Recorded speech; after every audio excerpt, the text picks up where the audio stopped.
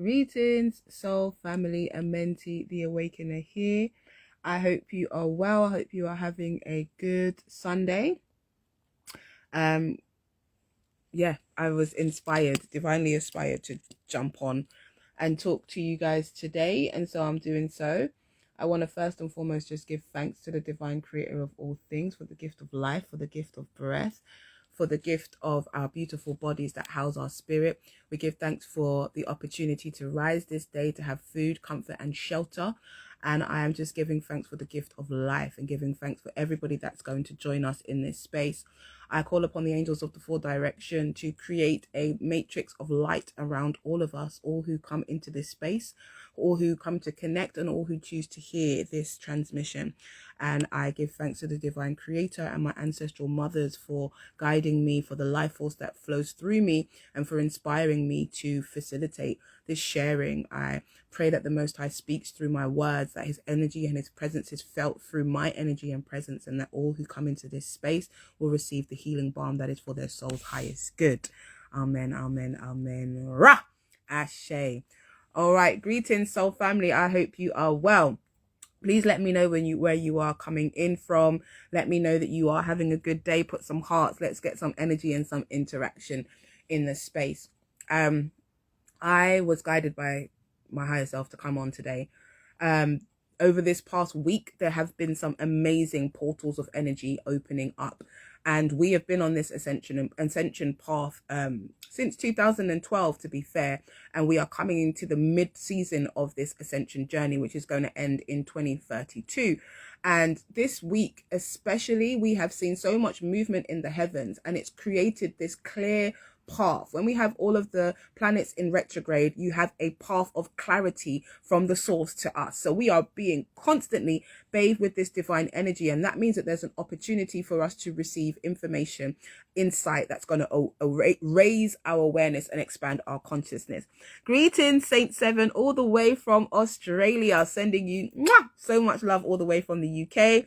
And the empathetic chicken, every time I see that name, I love it. It makes me laugh. Hello from Georgia. I think that is Georgia, GA. So welcome. So yeah, I wanted to jump on here and talk to you today. As I said to you, there is a direct channel that's open from source to us, and we are being bathed in so much knowledge and information on a mental, emotional, spiritual, physical level. I don't know if any of you have been feeling it, but it feels as if the ascension is moving up. On one level, it feels as if the government archaic structures of the past no longer seem to have as much of a hold on us and on our lives as they used to, even though, they're coming with this financial crisis, but at the end of the day, it's all really to help you to understand that you are the source of energy. And so when you tap into your divine currency, you become wealthy and prosperous. However, I digress.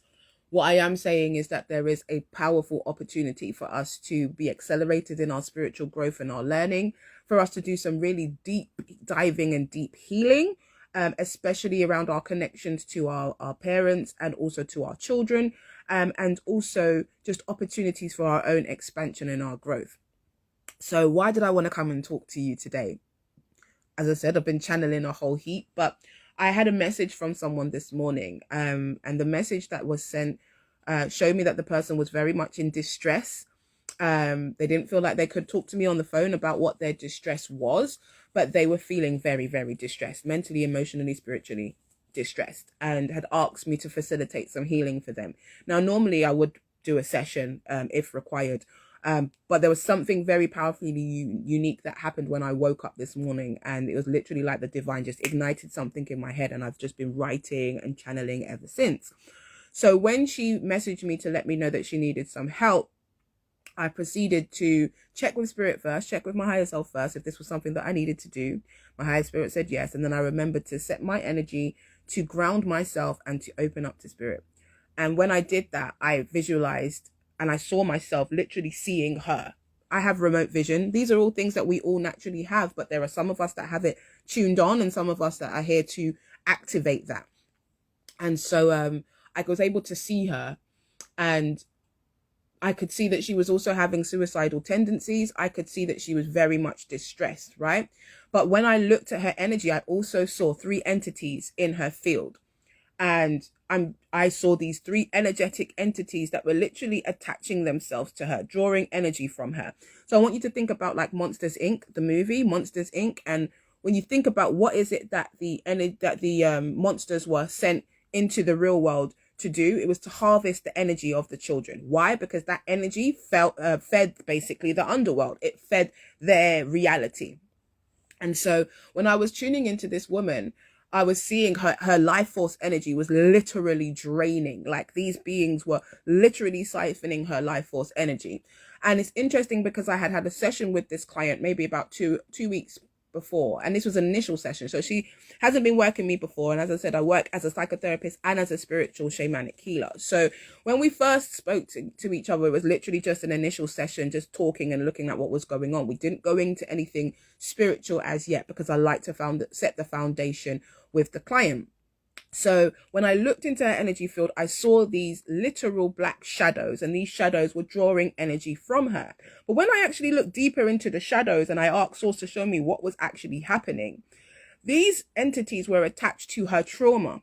And what had been happening is that she had gone through something quite shocking over the past couple of weeks that triggered an awakening of some of her subconscious trauma around things that were personal to her, even though they seem like quite standard, like abandonment and rejection.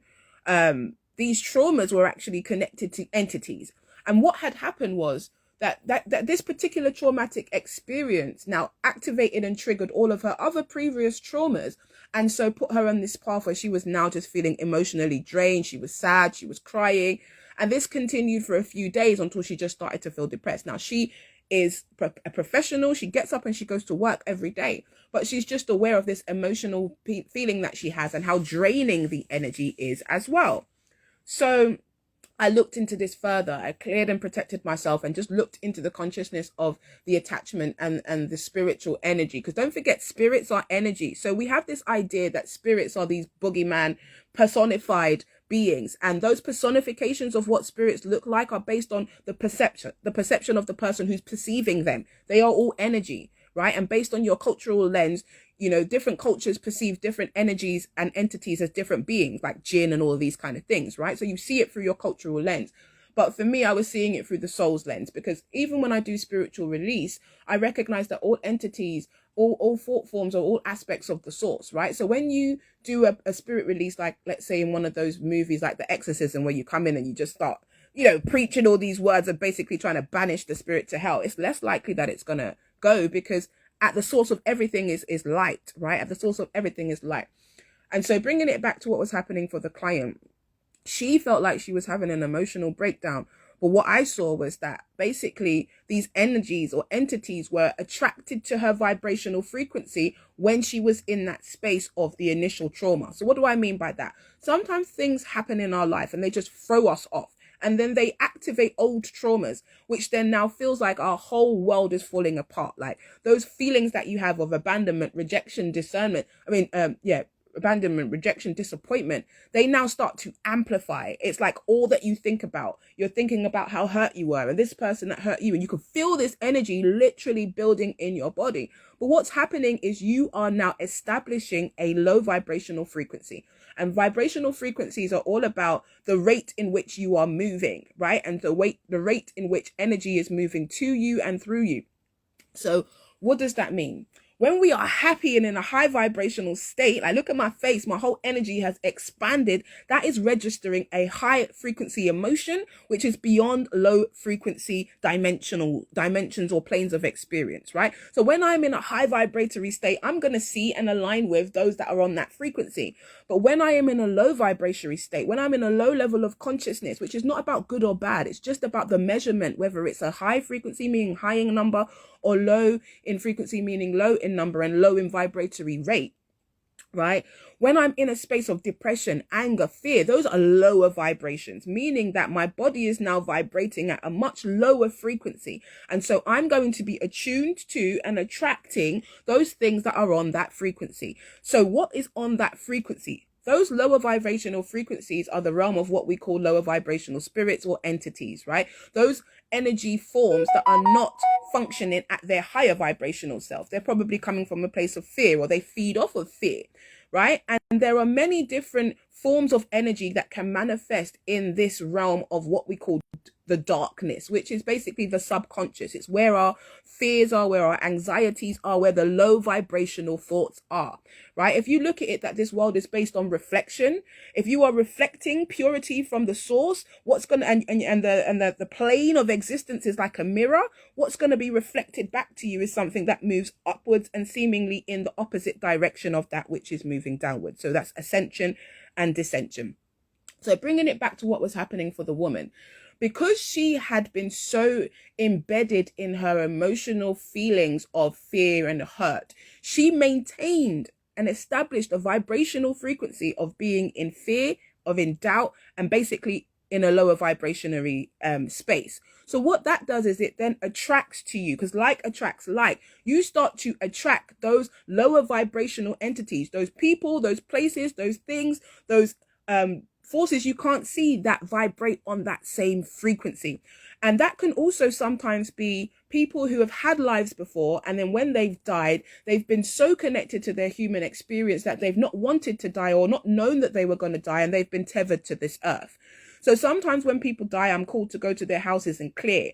Clearing is sometimes because some people don't know that they're dying when they die. So those spirits are in shock and they remain. If they're not sent off to the right place, they're not sent back off to source because they are energy. They stay around as earthbound spirits that can then attach themselves because they're aware of what it feels like to be in a human body, but they can't see the light.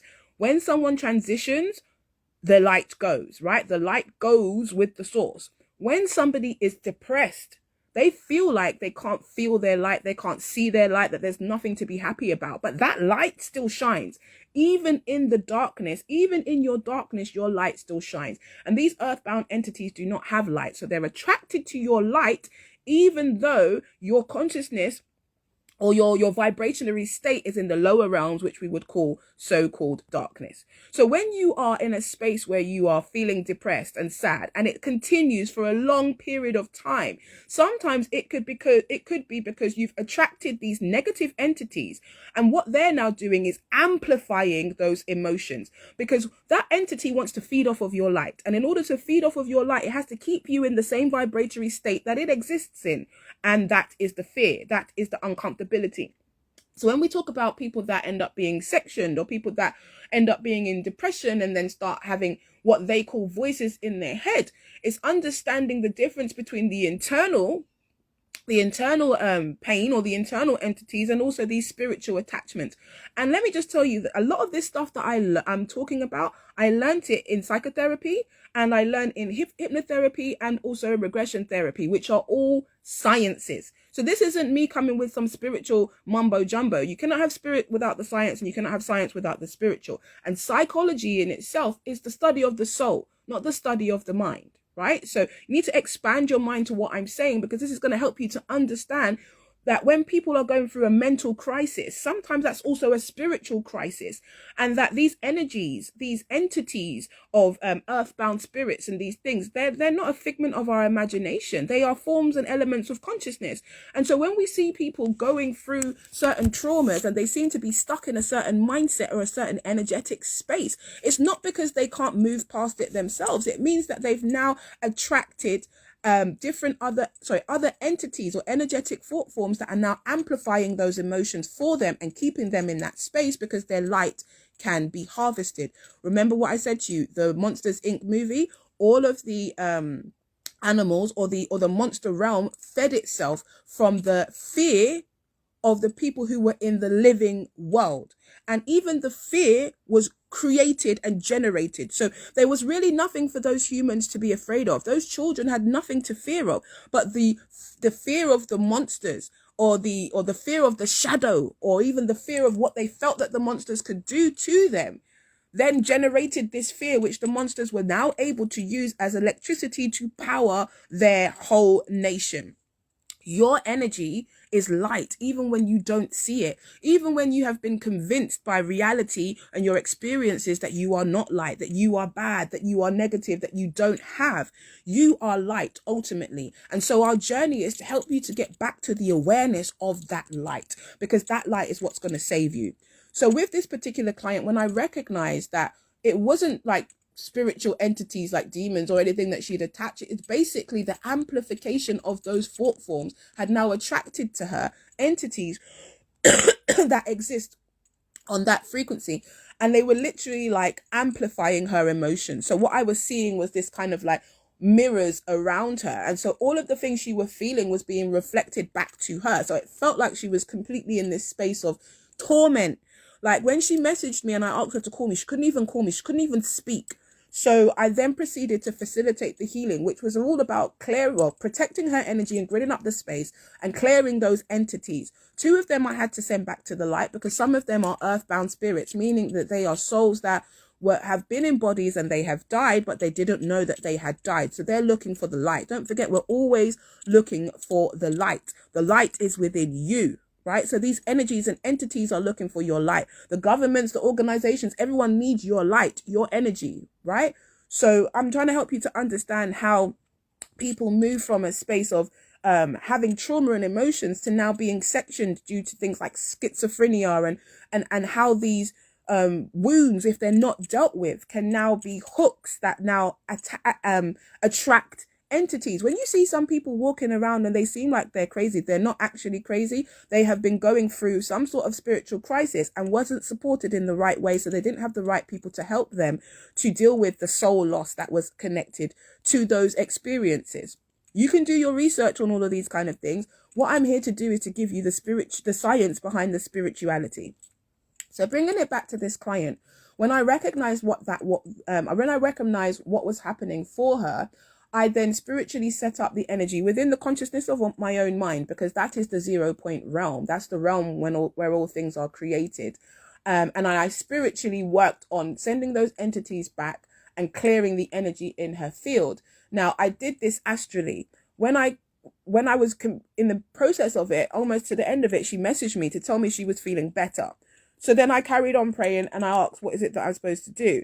And I needed to do something with her sonically, meaning that the energy had shifted on the emotional layers and also on the spiritual layers, because we have 7 different layers of consciousness that we're walking around in, right?